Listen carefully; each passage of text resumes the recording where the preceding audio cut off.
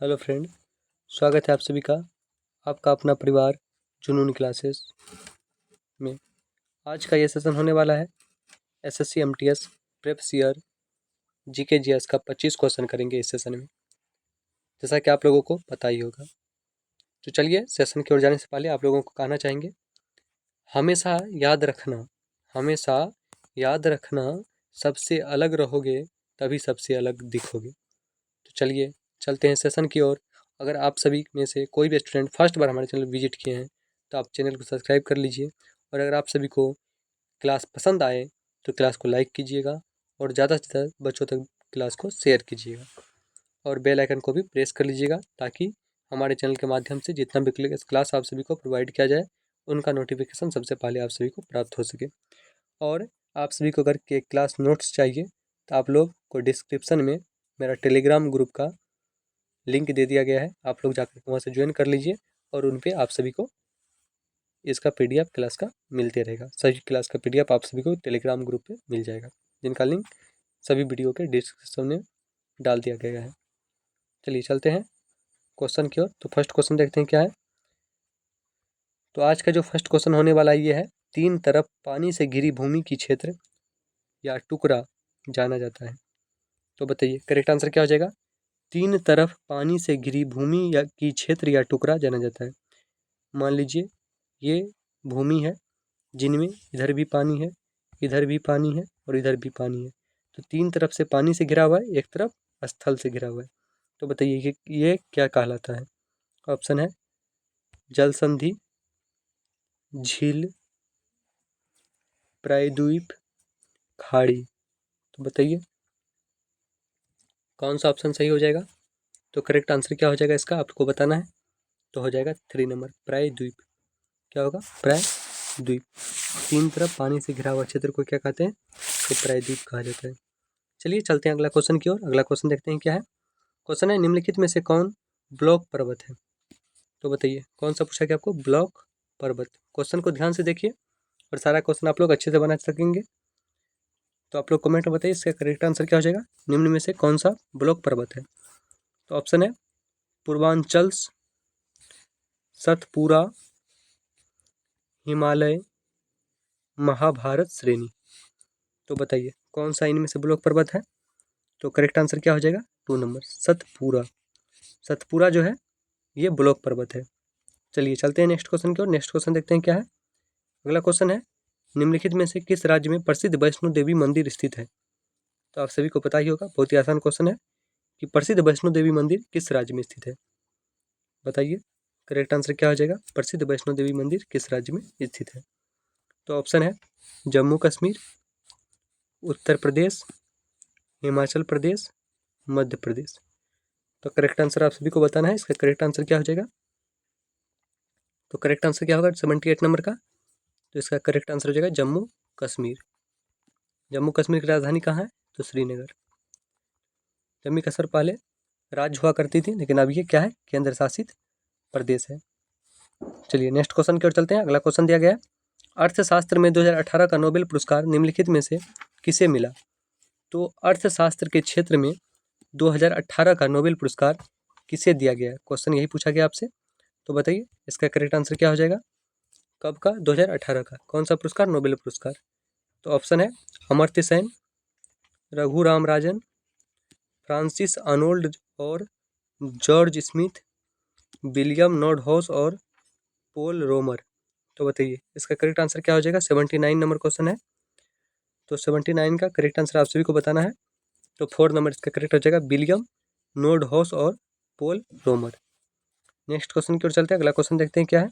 Question है, निम्नलिखित में से किसे मार्च 2019 में महिला सशक्तिकरण के लिए मर्था फेरल पुरस्कार 2019 से सम्मानित किया गया। तो आपको बताना है इसका करेक्ट आंसर क्या हो जाएगा। निम्न में से किसे मार्च 2019 में महिला सशक्तिकरण के लिए कौन सा पुरस्कार, मर्था फेरल पुरस्कार 2019 से सम्मानित किया गया। ऑप्शन है युगन तमांग, रीना रामटेके, मनु गुलाटी, नादिया सफ़ी। तो इसका करेक्ट आंसर क्या हो जाएगा। 80 नंबर क्वेश्चन है। तो करेक्ट आंसर इसका बताना है आप सभी को। कमेंट बॉक्स में बताइए करेक्ट आंसर क्या होगा। तो रीना रामटेके, 2 नंबर इसका करेक्ट आंसर हो जाएगा। और अगर क्लास अच्छा लग रहा हो आप सभी को तो क्लास को लाइक कीजिए और ज़्यादा से ज़्यादा शेयर कीजिए। चलिए चलते हैं अगले क्वेश्चन की ओर। 81 नंबर क्वेश्चन है, निम्नलिखित में से महात्मा गांधी द्वारा आयोजित सत्याग्रह आंदोलन का क्रम है। मतलब इसमें पूछा गया क्वेश्चन है, महात्मा गांधी के द्वारा जो सत्याग्रह आयोजित किया गया था उसका क्रम क्या है, मतलब पहले कौन सा, फिर उसके बाद कौन सा, फिर उसके बाद कौन सा। ऑप्शन है दांडी मार्च, रोलेट एक्ट, चंपारण, खेड़ा। दूसरा है दांडी मार्च, चंपारण, रोलेट एक्ट। तो ये दोनों गलत हो जाएगा। क्यों? क्योंकि आपको पता होगा 1917 ईस्वी में सबसे पहले महात्मा गांधी ने चंपारण सत्याग्रह किया था। तो सबसे पहले चंपारण होना चाहिए, जो यहाँ ऑप्शन में नहीं दिया है। चलिए थर्ड नंबर ऑप्शन को देख लेते हैं। अगला ऑप्शन आप देखेंगे तो थर्ड नंबर ऑप्शन में दिया है चंपारण, खेड़ा, रोलेट, दांडी मार्च। दूसरा दिया है चंपारण, खेड़ा, दांडी मार्च, खेड़ा। तो इसमें करेक्ट आंसर क्या हो जाएगा? 3 नंबर, चंपारण, खेड़ा, रोलेट और दांडी मार्च। नेक्स्ट क्वेश्चन की ओर चलते हैं। 82 नंबर क्वेश्चन देखते हैं क्या है। 82 नंबर क्वेश्चन दिया है, मानव के किस आहार नली से भोजन का पाचन शुरू होता है। तो क्वेश्चन आपसे पूछा गया भोजन का पाचन शुरू कहाँ से होता है, तो बताइए इसका करेक्ट आंसर क्या हो जाएगा? पेट, छोटी आंत, बड़ी आंत। तो बता दिया आपको, ये जो होते हैं आमाशय, पेट को कहा जाता है, जिसमें HCl का स्राव होता है, हाइड्रोक्लोरिक एसिड। ये भोजन को अम्लीय बना देता है। और नेक्स्ट दूसरा छोटी आंत, इसमें भोजन का पूर्ण पाचन होता है। भोजन पूर्णतः छोटी आंत में पचता है। अगर आपसे पूछा जाए कहाँ पचता है तो पूर्ण रूप से तो छोटी आंत में। और ये जो बड़ी आंत होता है इसमें जल का अवशोषण होता है। क्या होता है? जल का अवशोषण होता है। बचा कौन सा? मुख। तो 4 नंबर इसका करेक्ट आंसर हो जाएगा। मुख से ही भोजन का पाचन स्टार्ट होता है। नेक्स्ट क्वेश्चन की ओर चलते हैं। अगला क्वेश्चन है, सौर ऊर्जा का कितना प्रतिशत भाग स्थलीय पारिस्थितिक तंत्र द्वारा अवशोषित किया जाता है। तो बताइए, ये क्वेश्चन अगर आपसे पूछा जाता है कि द 10% लॉ किसने दिया, 10% का नियम, तो 10% का नियम किसने दिया था? लिंडमान नामक वैज्ञानिक ने। किसने? लिंडमान नामक वैज्ञानिक ने। तो यही यहाँ पे आपको पूछा गया है कि एक पोषी स्तर से दूसरे पोषी स्तर में कितना प्रतिशत ऊर्जा का व्यय होता है। मान लीजिए घास है, घास को किसने खाया? बकरी ने खाया। तो बकरी के पास घास ने सूर्य से 100% लिया ऊर्जा, इसका 10% किसने लिया? बकरी ने। फिर बकरी को मनुष्य खाया तो मनुष्य के इसका 10% 1% आएगा। फिर उसके बाद जो जाते जाएगा, मतलब इसका मतलब ये आप समझ सकते हैं, एक पोषी स्तर से दूसरे पोषी स्तर में 10% ऊर्जा जाता है और 90% ऊर्जा जो होता है इसका ह्रास हो जाता है। चलिए नेक्स्ट क्वेश्चन की ओर चलते हैं। इसका करेक्ट आंसर क्या हो जाएगा? आपको सबसे पहले करेक्ट आंसर बताइए। ऑप्शन दिया है 2%, 0.1%, 0.5%, 1%। तो बताइए 83 का करेक्ट आंसर क्या हो जाएगा? 1%। नेक्स्ट क्वेश्चन की ओर चलते हैं। नेक्स्ट क्वेश्चन देखते हैं क्या है। 84 नंबर, भिंडी ओकरा के रोग पीले सीरा मोजेक के संरचना की विधि क्या है। तो बताइए भिंडी ओकरा के रोग पीले सीरा मोजेक के संचरण की विधि, संचरण की विधि बोला गया, मतलब संचरण तो फैलने का विधि क्या है? इंसेक्ट, बीज, पानी, हवा। 84 का करेक्ट आंसर क्या हो जाएगा? तो ये जो भिंडी में ओकरा रोग पीले सीरा मोजेक का जो रोग होता है ये किसके द्वारा फैलता है? तो ये फैलता है हवा के द्वारा। करेक्ट आंसर क्या हो जाएगा? हवा। चलिए चलते हैं नेक्स्ट क्वेश्चन की ओर। नेक्स्ट क्वेश्चन है, सरकार की किस पद्धति में शासक प्रत्यक्ष रूप से देश के जनता द्वारा चुना जाता है। तो देखिए आपको इस क्वेश्चन में ही आंसर मिल चुका है कि प्रत्यक्ष रूप से देश की जनता द्वारा, राजा देश की जनता द्वारा चुना जाता था? नहीं, राजा का बेटा ही राजा हुआ करता था। लेकिन अभी का जो सरकार है ये किसके द्वारा चुना जाता है? देश की जनता द्वारा। आप वोट करते हैं तभी तो सरकार बनता है। तो इसका करेक्ट आंसर क्या होगा? लोकतंत्र, अधिनायक तंत्र, निरंकुश, गणतंत्र। तो बताइए इसका करेक्ट आंसर क्या हो जाएगा 85 नंबर का? तो इसका करेक्ट आंसर हो जाएगा लोकतंत्र। लोकतंत्र क्या है? तो जनता के द्वारा जनता के लिए शासन है। चलिए चलते हैं नेक्स्ट क्वेश्चन की ओर। 86 नंबर, भारत किस किस राज्य से कर्क रेखा नहीं गुजरती है। तो इसका ट्रिक आपको याद कर लेना है, किस राज्य से कर्क रेखा गुजरती है। तो इसका ट्रिक होता है मित्र पर गमछा झाड़। क्या होता है? मित्र पर गमछा झाड़। इससे आप जान सकते हैं किस राज्य से गुजरता है किसे नहीं। तो मिजोरम से गुजरता है, त्रिपुरा से गुजरता है, पंजाब से गुजरता है, राजस्थान से गुजरता है, गुजरात से गुजरता है, मध्य प्रदेश से गुजरता है और छत्तीसगढ़ से और झारखंड से। तो किस राज्य से नहीं गुजरता है इनमें से? आपको पता चल चुका है, महाराष्ट्र। तो 4 नंबर इसका करेक्ट आंसर हो जाएगा, महाराष्ट्र से होकर नहीं गुजरता है। चलिए चलते हैं नेक्स्ट क्वेश्चन की ओर। नेक्स्ट क्वेश्चन देखते हैं क्या है। लाइम लेस लेक्समा लाइमलेस लेक्समा किताब निम्नलिखित में से किस व्यक्ति के जीवन पर आधारित है? तो कौन सा बुक? लाइमलेस लेक्समा। तो बुक का नाम आपको याद होना चाहिए, लाइमलेस लेक्समा।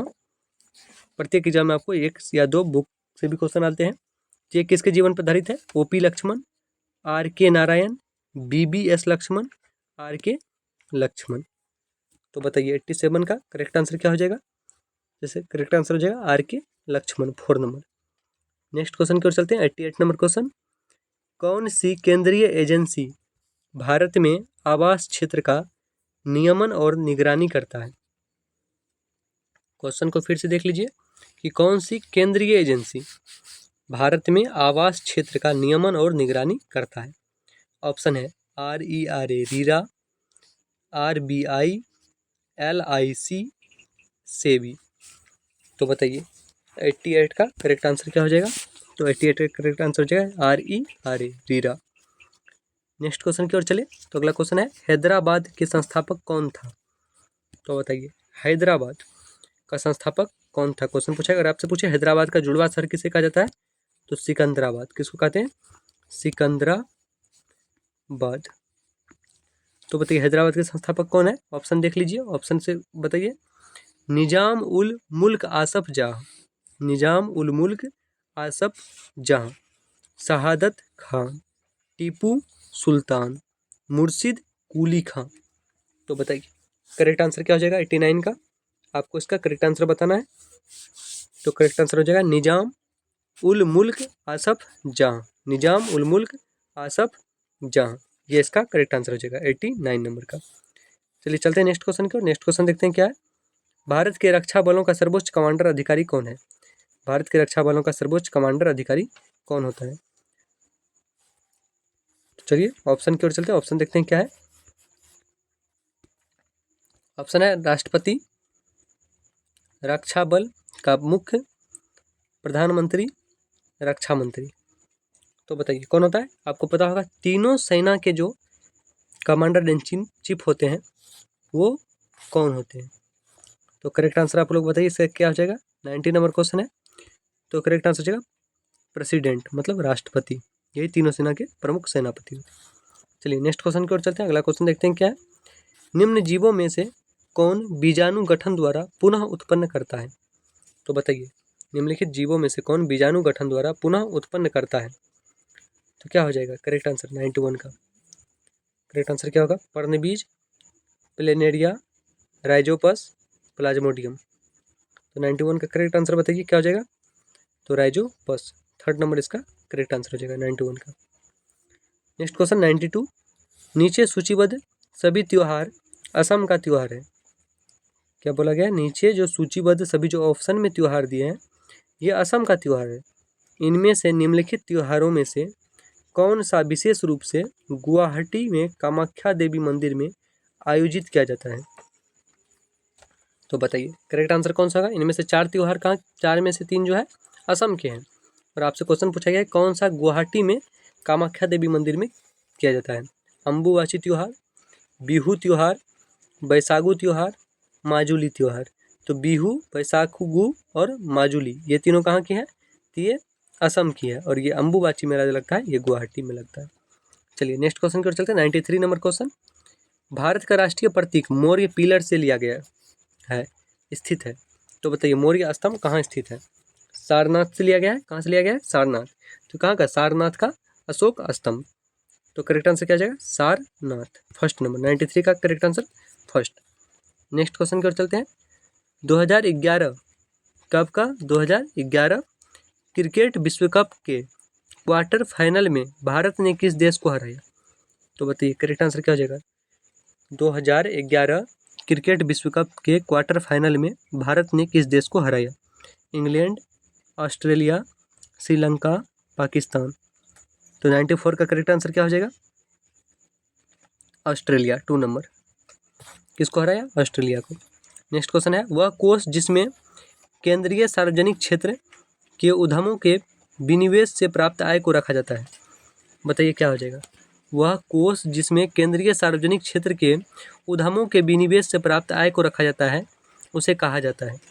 राष्ट्रीय कोष, राष्ट्रीय अवसंरचना कोष, राष्ट्रीय निवेश कोष, राष्ट्रीय ग्रामीण और शहरी कोष। तो करेक्ट आंसर क्या हो जाएगा थर्ड नंबर का, बताइए। 95 का थर्ड नंबर राष्ट्रीय निवेश कोष। नेक्स्ट क्वेश्चन की ओर चलते हैं। 96 नंबर क्वेश्चन, सोलेनाइड के अंदर चुंबकीय क्षेत्र है। सोलेनाइड के अंदर चुंबकीय क्षेत्र है, तो बताइए इसका करेक्ट आंसर क्या हो जाएगा। सोलेनाइड के अंदर चुंबकीय क्षेत्र है, एक छोर से दूसरे छोर तक बढ़ता है, मध्य में शून्य होता है, बिंदु से बिंदु तक भिन्न होता है, यूनिफॉर्म।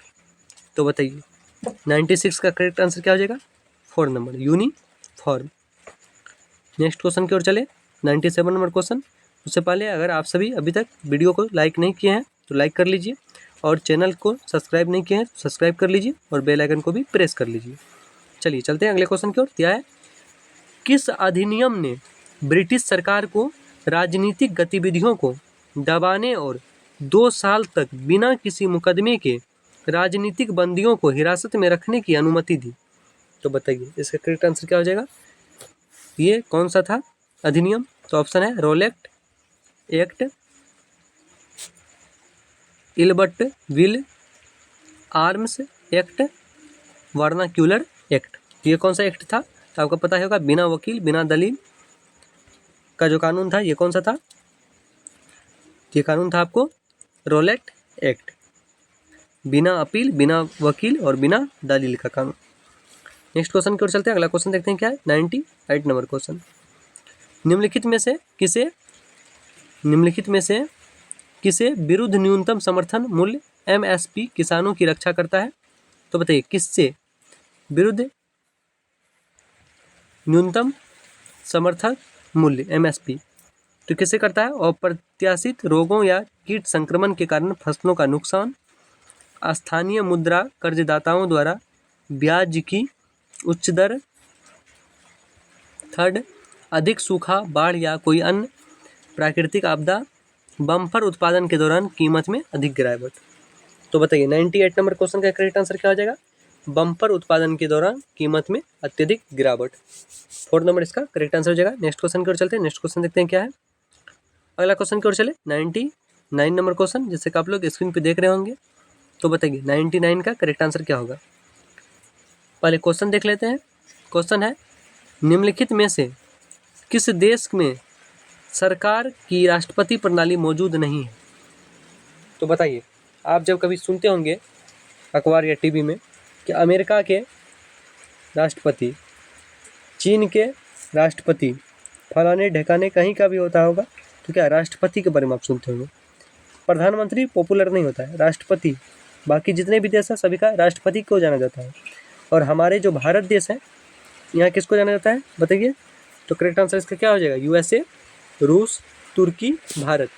तो भारत करेक्ट आंसर हो जाएगा 99 का, क्योंकि भारत में राष्ट्रपति प्रणाली मौजूद नहीं है। यहाँ कौन सी प्रणाली चलता है, प्रधानमंत्री प्रणाली। राष्ट्रपति सर्वोच्च नागरिक होता है। क्या होता है भारत में, राष्ट्रपति राष्ट्र की सर्वोच्च नागरिक होता है। और राष्ट्रपति नाम मात्र का प्रमुख होता है। क्या होता है, प्रमुख तो होता है राष्ट्रपति, लेकिन किसका प्रमुख होता है, नाम मात्र का। राष्ट्रपति प्रमुख है भारत का प्रमुख प्रथम नागरिक होता है।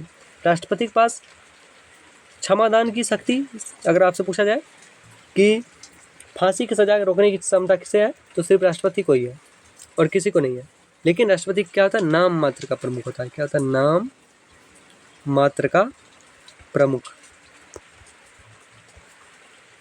नेक्स्ट क्वेश्चन और लास्ट क्वेश्चन है, किस वर्ष अंतर्राष्ट्रीय कबड्डी संघ की स्थापना की गई थी। किसकी स्थापना की बात की गई, अंतर्राष्ट्रीय कबड्डी संघ। तो अंतर्राष्ट्रीय कबड्डी संघ की स्थापना किस वर्ष की गई थी। ऑप्शन है 2015, 2004, 1950, 2010। तो इसका आंसर आप सभी को कमेंट बॉक्स में देना है। यह आप सभी का SW का क्वेश्चन है। अगर सेशन आज का अच्छा लगा हो तो वीडियो को लाइक कीजिए और कमेंट में ज़रूर बताइएगा आप सभी को सेशन कैसा लगा, और ज़्यादा से ज़्यादा स्टूडेंट वीडियो को शेयर कीजिएगा। लास्ट में हम फिर कहना चाहेंगे कि जो भी स्टूडेंट अभी तक चैनल को सब्सक्राइब नहीं किए हैं तो चैनल को सब्सक्राइब कर लीजिए और बेल आइकन को भी प्रेस कर लीजिएगा, क्योंकि मेरे चैनल के माध्यम से आप सभी को जितना क्लास प्रोवाइड किया जाएगा उन सभी का नोटिफिकेशन सबसे पहले आपको प्राप्त हो। इनके लिए आपको बेल आइकन को प्रेस कर लेना है। तो आज का ये सेशन कैसा लगा फीडबैक दीजिएगा आप लोग। चलिए मिलते हैं फिर नेक्स्ट सेशन में, नेक्स्ट अंदाज में। तब तक के लिए जय हिंद, जय भारत।